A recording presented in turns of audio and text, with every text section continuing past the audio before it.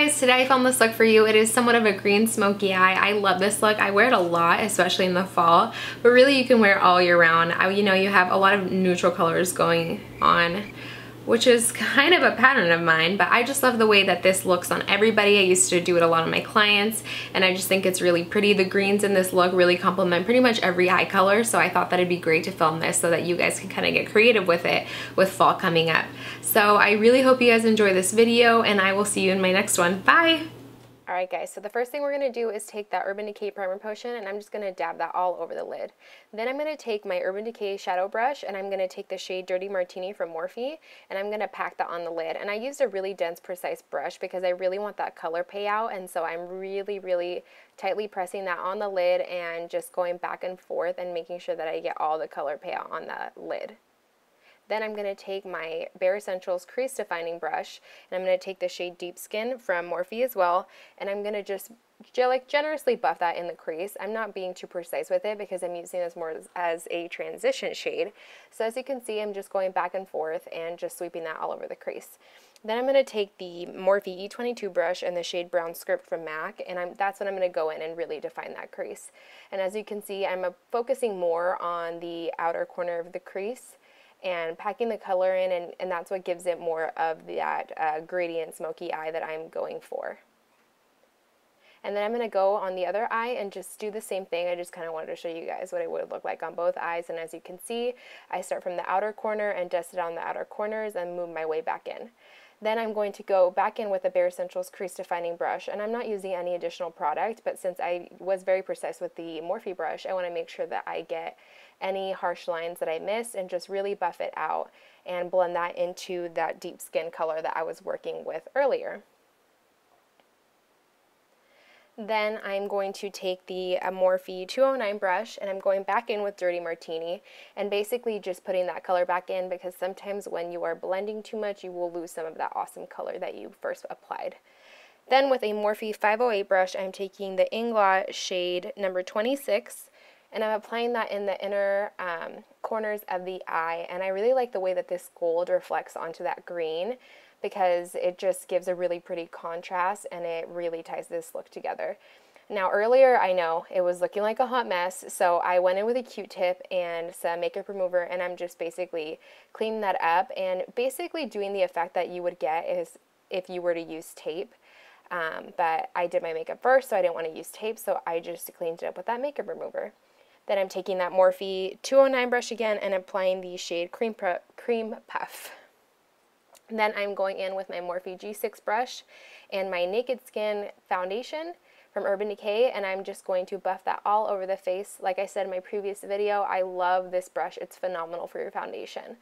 Then I'm going to generously apply my NARS Creamy Concealer in the shade Custard and really apply that under the eye, and then I'm going to take my Beauty Blender, the micro little baby one, and what I'm going to do is really get into my under eye area with that and just really, you know, blend that color out. I love this little guy because with the old Beauty Blender, the bigger one, not the old one, the original, I couldn't really get into those little spaces, and so I found my concealer creasing a lot. So this one really helps me out, and I noticed that my concealer lasts longer throughout the day without creasing. Alright, and then I'm going to go in with my MAC 187 brush and the mini holiday little brush, and I'm going to take my MAC Studio Fix and NC35, and I'm just going to lock my foundation into place and really seal the deal with that powder. And then I'm going to take my Pro Contour brush in the Sephora number 74, and I'm going to use the last two shades. I kind of mix those two guys together, and I'm just going to apply that on the hollows of my cheeks and create that contour effect, and I really like this brush. I think it's phenomenal for contouring. If you're kind of not necessarily a newbie but need something to kind of guide you in, this is a really great brush, and it's not that expensive. I know that the NARS brush is really good as well, but I really like this guy. So it's really good for contouring, and it's also good for setting the under eyes, and I'm just placing that on the temples and really blending that in.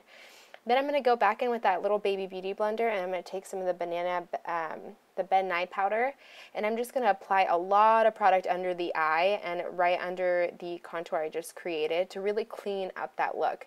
And I really love this technique because it really cleans up the contour. So if you feel like you weren't too precise and you want more of a defined look, you can do this, and it really just does the work for you.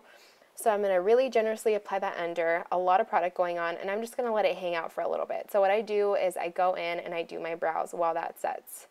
And I'm going to take the Anastasia brush in the number 7, and I'm going to use the dip brow in soft brown, and I'm going to fill my brows in. And I know in my previous video I said that I used a powder and I sometimes go in with that brow wiz and that it saves me a lot of time, and it does, and I really like it for more of a softer look.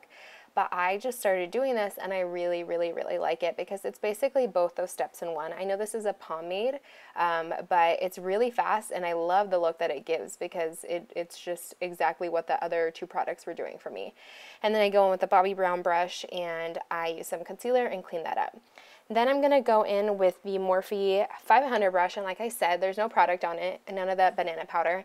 And I'm just going to go back in. I'm going to dust the excess product off and just really blend it out. And then I'm going to take the Urban Decay blush brush and the shade Warm Sulphur MAC, and I'm just going to apply those on the cheeks. And then I took Becca's Champagne Pop, which is that Jaclyn Hill highlight.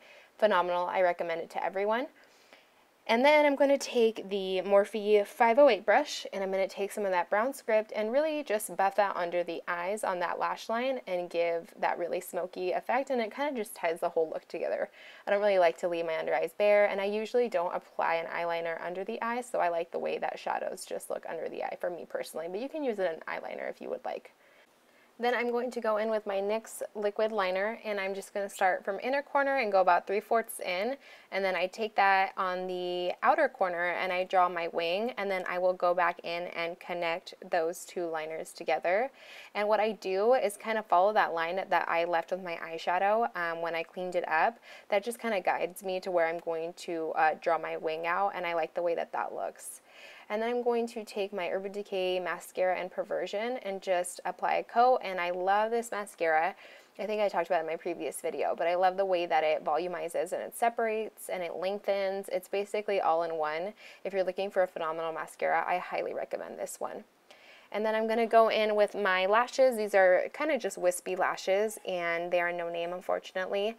And what I do is I start at the center, and then I kind of just wiggle them in. I try to get them as close to my natural lash line as possible, and you can see me kind of messing around with them, and I pull them a little and just kind of push them back in and make sure that they just naturally lay there. Then I'm going to go back in with my NYX liquid liner, and then I'm going to apply that liner over the lashes to just kind of blend the lashes in with my natural lash line and make it as black as I possibly can.